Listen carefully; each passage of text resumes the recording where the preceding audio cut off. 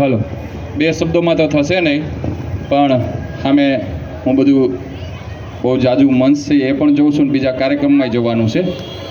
તો સૌપ્રથમ સારા વિશ્વને શાંતિ, કરુણા, મૈત્રી અને ભાઈચારાનો સંદેશો દેનાર ભગવાન તથાગત ગૌતમ બુદ્ધ, પરમ પૂજ્ય બોધિસત્વ, વિશ્વરત્ન, symbol of knowledge doctor Baba Saheb Ambedkar, માતા રમાય, માતા ભીમાય, ભારતના પ્રથમ મહિલા શિક્ષિકા જેમણે મહિલાઓને ભણવાના હક અધિકાર અને એમના દરવાજા ભણવા માટે ખોલી દીધા એવા માતા સાવિત્રીબાઈ ફૂલે, રાષ્ટ્રપિતા જ્યોતિબા ફૂલે, સંત કબીર, સંત રવિદાસ, વીર મેઘમાયા, પીર પાલણ, દાદા રામદેવજી મહારાજ, જોધલ પીર, દાદા જીવન, ડૉક્ટર બાબા સાહેબ આંબેડકર અને સાહેબ કાશીરામ સુધીના અનેક મહામાનવ શરણોમાં મારા ત્રિવાર વંદન, પંચાંગ પ્રણામ. ડૉક્ટર બાબા સાહેબ આંબેડકરની જન્મ જયંતિ મનાવી રહ્યા છીએ ત્યારે હું મારી વાત ટૂંકમાં જ કહેવાની કોશિશ કરીશ. જોકે સૌ શ્રોતા વાર લાગશે, પણ આમ છતાં હું ટૂંકમાં કહેવાની કોશિશ કરીશ. આપ બધા થોડી વાર શાંતિથી સાંભળજો ને એના ઉપર તર્ક કરજો. કોઈના પર વાર નહીં કરું, પણ તર્ક કરજો કે મારી વાત તર્કવાળી હશે બધી. આજે વિશ્વના 192 દેશ આ મહામાનવની જન્મ જયંતિ ઉજવી રહ્યા છે. આપણે ત્રીજી પેઢીના દાદાનું નામ યાદ નથી, એની જન્મ તારીખ યાદ નથી. તો આ માણસે શું કર્યું? તો વિશ્વના લોકોને આમની જન્મ જયંતિ ઉજવી પડે અને ભારત છે એમાં અમુક વિચારધારા વાળા વ્યક્તિઓ અમને દૂર રાખવાની કોશિશ કરે. હમણાં જ મીડિયાવાળાએ કીધું કે સાહેબ શ્રી આમ ફૂલ સેટેથી ફેંકતા હતા, તો સમજી જવું જોઈએ કે ક્યાંક ને ક્યાંક કઈ વિચારધારા આપણી સામે હાલી રહી છે. પણ મારે સંદેશો જે આપને બધાને આપવો છે, ખાસ એ આપવો છે કે આજે જ્યારે મોટી સંખ્યામાં બહેનો ભાઈઓ ઉપસ્થિત છું તો ત્યારે હું એક સંદેશો આપું છું. એક ટૂંકા શબ્દોમાં તમને કહું એટલે સમજી જાયજો કે એક દિવસ પૂરતું બાબા સાહેબના જે અત્યારે ફુલાર મેં જોયા ને એટલે બાબા સાહેબનું મોઢું નથી દેખાતું, અને આ પરિસ્થિતિ બધે છે આજે. તો અમારે તો એક દિવસ બાબા અને બાબા, બીજા દિવસે ઈનાઈ ગોદડીને ગાભા નહીં કરતા. બીજા દિવસે ઈનાઈ ગોદડીને ગાભા નહીં કરતા હો.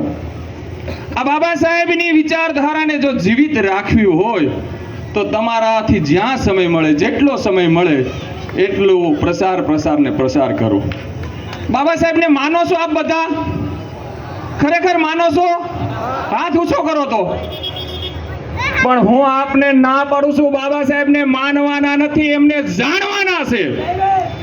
બાબા સાહેબને જાણવાના છે, અને માનશો નહીં તો હાલશે, માનીએ તો આપણે ઘણું બીજું બધું છીએ એ માર્યો. પણ બાબા સાહેબને જાણો તો બીજું બધું કાંઈ માનવું નહીં પડે, એ તમને 100% ગેરંટીની સાથે કહું છું. બાબા સાહેબને જાણો, અને બાબા સાહેબને જાણી લીધા એટલે તમારી આવનારી પેઢી છે એ બોલશે કે શિક્ષા ઓ શેરની કા દૂધ હે, જો પીએગા ઓ દહાડેગા. તો બાબા સાહેબને જાણવાના છે. પણ મારે આજે અહીંયાથી કંઈક જુદો સંદેશો આપવો છે. ભગવો કલર બેઠો છે, ત્યાગનું પ્રતીક બેઠું છે. કેસરિયાના કાવા દાવા દેશની અંદર રમાઈ રહ્યા છે. ભગવો તો આપણા ઘરે હતો. ભગવા અરહંત, મતલબ ભગવાન બુદ્ધની જે પ્રતીક હતું, ત્યાગનું પ્રતીક હતું, એના વંશજો છે. ભાઈ માયકનો કંઈક નકરામાં રાફડવ્યું જા.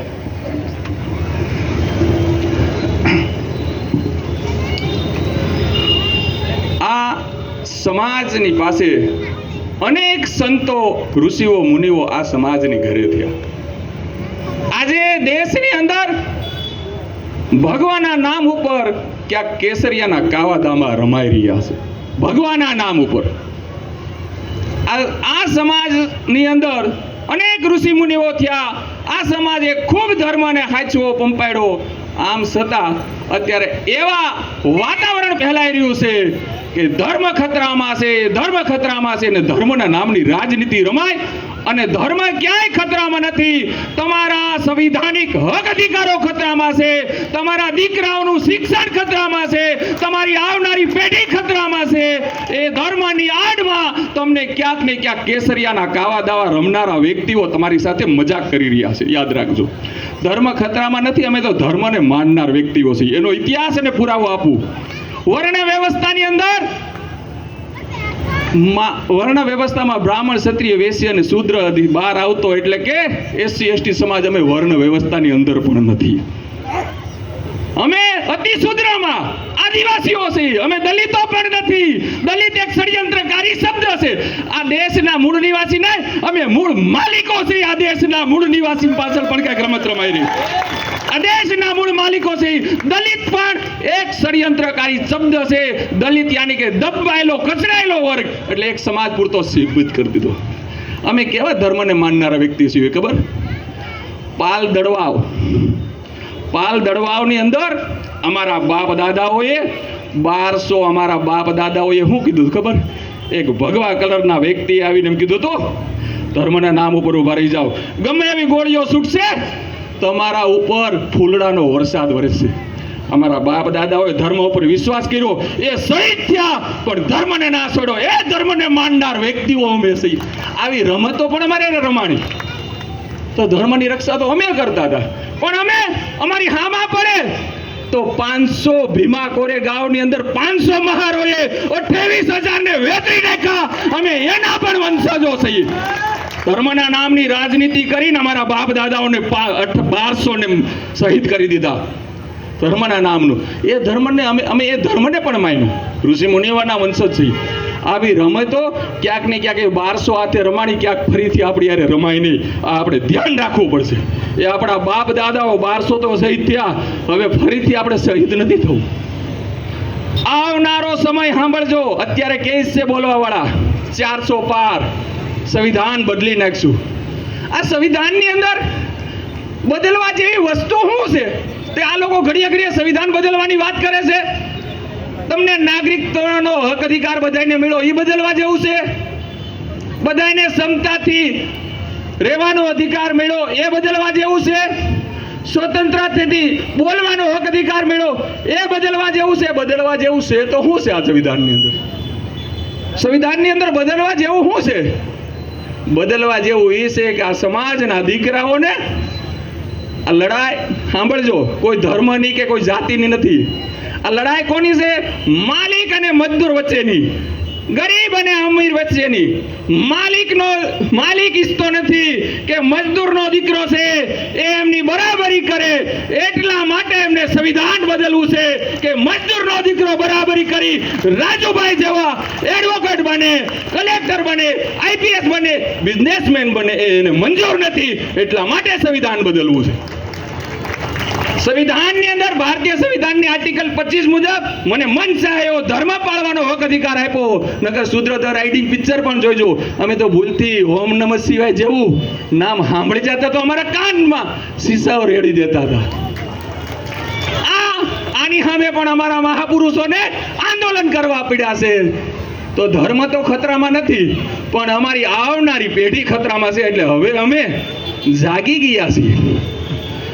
ગયા છીએ એટલે એ વ્યમમાં નહીં રહેતા. હવે મારી વાત પૂરી કરવા જઈ રહ્યો છું, પણ એક મારે ઈશારો તમને કરવો છે, એટલે તમે સમજી જાયજો કે હું કઈ બાજુ જાઉં છું. મારો ઈશારો એ છે, રાજુભાઈ હમણાં હોસ્ટેલની વાત કરી એટલે મને યાદ આવી ગયું. એક હોસ્ટેલની અંદર સાંભળજો, એક હોસ્ટેલની અંદર 100 છોકરા રહેતા હોય. એ 100 છોકરાઓમાંથી 100 ના મતો અલગ અલગ હોય. રોજે અમુક વ્યક્તિની મનપસંદગીની વસ્તુ રોજે બને. 15 વ્યક્તિઓ ઈચ્છતા કે રોજે એમને કઢી ખીચડી ભાવતી એટલે કઢી ખીચડી જ બને. હવે 85 છોકરાઓ છે એ રોજ મગજમારી કરે, ઉલાળા મારે, ઠેકડા મારે કે અમારે કઢી ખીચડી ખાવી નથી. રાડો નાખે, ગમે અલગ અલગ આવે અત્યારે નાખે છે ને, અમે કઢી ખીચડી નહીં ખાઈએ. પણ આ 15 છે એણે નક્કી કરી લીધું. પછી આ ધમાલ બોલવા માંડે એટલે વાત છે એ સંચાલકો સુધી પહોંચી. સંચાલકો સુધી પહોંચી એટલે સંચાલકોએ કીધું કઈ જ વાંધો નહીં ભાઈ, કઢી ખીચડી નથી ખાવી, તમારી મનગમતી વસ્તુ બનાવી હોય તો કરીએ ઇલેક્શન. હવે ઇલેક્શન કરવાનું થયું. ઇલેક્શનમાં એવું લખવાનું કે ભાઈ જેની જે મનપસંદની વસ્તુ હોય આમાં ચીઠીમાં નામ લખીને લખવાનું. 15 રાતે એક થઈ ગયા. એણે નક્કી કરી લીધું કે આપણે કઢી ખીચડી જ લખવાની જ. પણ આ મારા 85 ભાઈઓ જે છે, અડધા ટ્રાઇબલમાં વસતા હતા, અડધા ગામની બારોબાર વસતા હતા, અડધા ભેગા રખડતા હતા. આ બધાવે કોઈએ ગવાર બટેટા, કોઈએ કઢી ખીચડી, કોઈએ દાળ ભાત, કોઈએ રીંગણા બટેટા, જેને જે ભાવે એ લખી નાખ્યું. ઇલેક્શનમાં છેલ્લે રિઝલ્ટ એ આવ્યું કે કઢી ખીચડી વાળાઓની જીત થઈ ગઈ. હો ભાઈ. અને પછી તમે બરાડા પાડો તો શું થાય? તમે બરાડા પાડો તો શું થાય? જો તે દિવસે હોળ એક થઈ ગયા હોય તો કઢી ખીચડી ન ખાવી પડે. ઘી, કેળા, સુરમા, તમારે જે ખાવું એ ખાવું પડે. તો મારો ઈશારો સમજજો કે મારો કહેવાનો મિનિંગ શું થાય છે. તમારી પાસે હજી સમય છે. આ ઉદાહરણ આપ્યું છે. જો હોળ એક નહીં થાવ, 15 થી વધારે જ ખાલી હોળ એક થઈ જાવ, દુનિયાની કોઈ તાકાત એવી નથી કે તમને રોકી શકશે. દુનિયાની એવી કોઈ તાકાત નથી કે તમને રોકી શકશે. અને અમે કઈ ભાગવાવાળા તો સહી નહીં. કારણ કે અમારા બાપ બિરસાએ કોને કોને ભગાડ્યા છે તમે બધા સારી રીતે જાણો છો. અમારા બાપ બિરસાએ એક તીર કામઠા ઉપર કોને કોને ભગાડ્યા તમે જાણો છો. અને છેલ્લી ઘડીએ એમને મૃત્યુ થયા પછી એણે એમ કીધું હતું કે મારા પગ છે ને મારી નાના મામાથી ખુલ્લા રાખજો. મારા પગ ખુલ્લા રાખજો. એનું કારણ શું? તો કે એને એમ ખબર પડવી જોઈએ સામેવાળાઓને કે બિરસા હજી ઠાકો નથી. તો એમની પ્રજા, એમના વંશજોને પણ કહું છું કે તમારા બાપ દાદાઓની કુરબાની એળે નહીં જવા દેતા, નકર આવનારી પેઢી ગુલામ બનશે. મહામાનવોની જે કુરબાની છે એ એળે નહીં જવા દેતા. બસ આટલી વાત કહી મારી વાણીને વિરામ આપું છું. જય ભીમ, નમો બુદ્ધાય.